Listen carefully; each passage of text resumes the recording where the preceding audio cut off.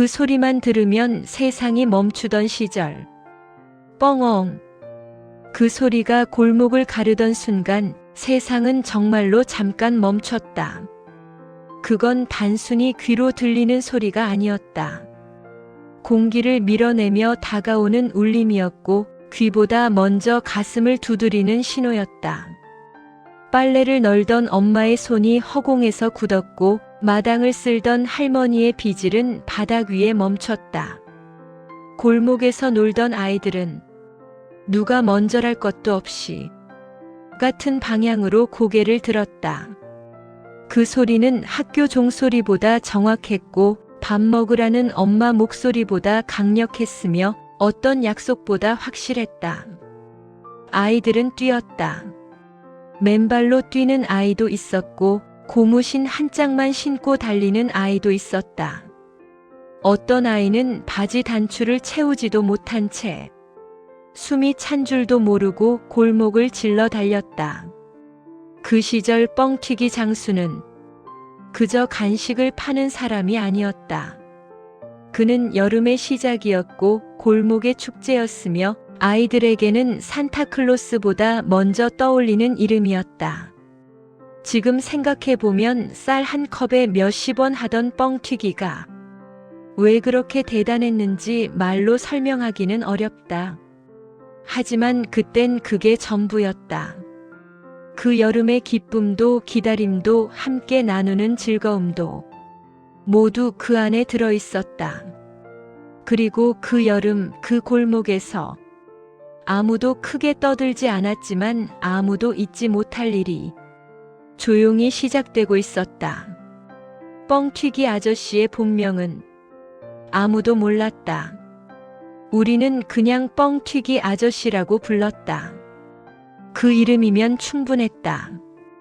햇볕에 그을린 얼굴은 언제나 검게 빛났고 통나무처럼 굵은 팔에는 오랜 세월의 힘이 배어 있었다.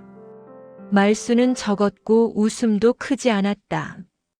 하지만 기계를 만질 때만큼은 누구보다도 정성스러웠다. 그는 매주 수요일과 토요일 정확히 오후 2시가 되면 우리 동네 골목 입구에 나타났다.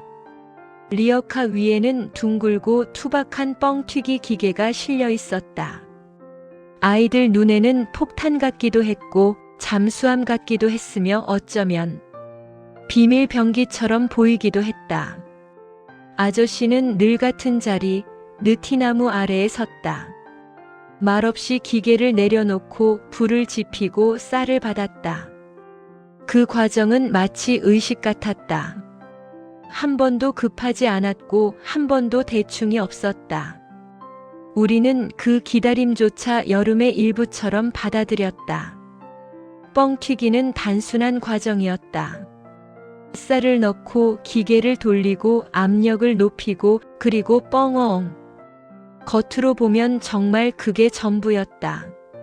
하지만 그 뻥엉 이르기까지의 시간은 우리에게 영원처럼 느껴졌다.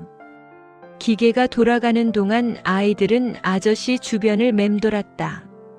한 발짝 다가갔다가 뜨거운 기운에 놀라 다시 물러서기를 반복했다. 아저씨, 이제 터져요? 아직. 그럼 지금은요? 아직이라니까. 아이들은 시간이라는 개념이 없었다. 기다림은 늘 불안했고 불안은 질문으로 튀어나왔다. 그럼 지금은요? 아저씨는 고개를 들지도 않은 채 말했다. 야, 임마 한 번만 더 물어봐라. 네 거 안 튀겨준다. 그 말에 아이 하나는 입을 꼭 다물었다. 하지만 입만 다물었을 뿐 눈은 여전히 기계에 붙어 있었다. 기계 안에서 압력이 차오를수록 우리의 심장도 함께 두근거렸다. 우리는 귀를 막았다. 손으로는 부족해서 친구 등의 얼굴을 묻기도 했다. 어떤 아이는 괜히 웃음을 터뜨렸고 어떤 아이는 입술을 꼭 깨물었다. 그리고 드디어 뻥엉. 그 순간 세상이 흔들렸다. 아이들은 비명을 질렀고 개들은 놀라 지저댔으며 까마귀들은 느티나무에서 우르르 날아올랐다. 그리고 하얗고 고소한 연기가 골목을 가득 채웠다. 우와! 뻥튀기가 커다란 자루에 쏟아져 나왔다. 그건 그냥 쌀이 아니었다. 그건 마법이었다. 작고 딱딱했던 쌀알이 부풀고 하얗고 바삭한 구름 같은 무언가로 변해 있었다. 야, 나 거 먼저 줘. 아니야, 내가 먼저 냈어. 아이들은 자루를 받아들고 마치 금메달이라도 받은 것처럼 환호했다. 그리고 그 자리에서 한 줌을 집어 입에 넣고 우적우적 씹었다. 엄마, 이거 설탕 안 쳐도 되죠? 야, 너 그냥 먹으면 맛없어. 어른들은 그렇게 말했지만 우리는 멈출 수 없었다. 그 자리에서 먹는 그 첫 한 움큼은 어떤 설탕보다 달았기 때문이다. 그 순간만큼은 세상에 다른 맛은 필요 없었다. 그 여름의 한가운데 골목 어귀에 검은 승용차 한 대가 섰다. 그 시절 우리 동네에서 승용차는 보기 드문 풍경이었다. 차에서 내린 사람은 김 사장네 아들이었다. 말끔한 셔츠 반짝이는 구두, 도시의 냄새를 풍기는 사람. 그는 뻥튀기 아저씨에게 다가가 조심스럽게 말을 꺼냈다. 장사가 잘 되느냐, 얼마나 버느냐, 그리고 제안을 하나 하고 싶다고. 그 제안은 이 동네 뻥튀기 장사를 자기 쪽으로 넘기라는 것이었다. 돈은 더 주겠다고 했다. 기계도 더 좋은 걸 쓰게 해주겠다고 했다. 하지만 뻥튀기 아저씨는 고개를 들지 않은 채 짧게 말했다. 여긴 내 자리요. 그 말에는 흥정도 없었고 설명도 없었다. 그날 이후 골목의 공기는 눈에 보이지 않게 조금 달라지기 시작했다. 김 사장 아들은 그 다음 주부터 새 기계를 들고 나타났다. 기계는 조용했고 뻥튀기는 반듯했다. 무엇보다 공짜였다. 아이들은 흔들렸다. 공짜는 아이들에게 죄가 되지 않는다. 하지만 느티나무 아래에서 여전히 같은 방식으로 기계를 달구는 뻥튀기 아저씨의 모습은 아이들 마음 한구석을 계속 건드렸다. 손님은 줄었고 아저씨의 어깨는 눈에 띄게 굽어갔다. 그리고 결정적인 말이 나왔다. 다음 주부터 여기서 장사 못하실 겁니다. 그 말은 아이들 가슴에 돌처럼 떨어졌다. 우리는 빈집 마당에 모였다. 누가 먼저랄 것도 없이 조용히 앉아 있었다. 뭔가 해야 한다는 건 알았지만 어떻게 해야 할지는 몰랐다. 그때 철수가 입을 열었다. 어른들은 맛보다 탈나는 걸 더 무서워해. 그 말은 아이답지 않게 정확했다.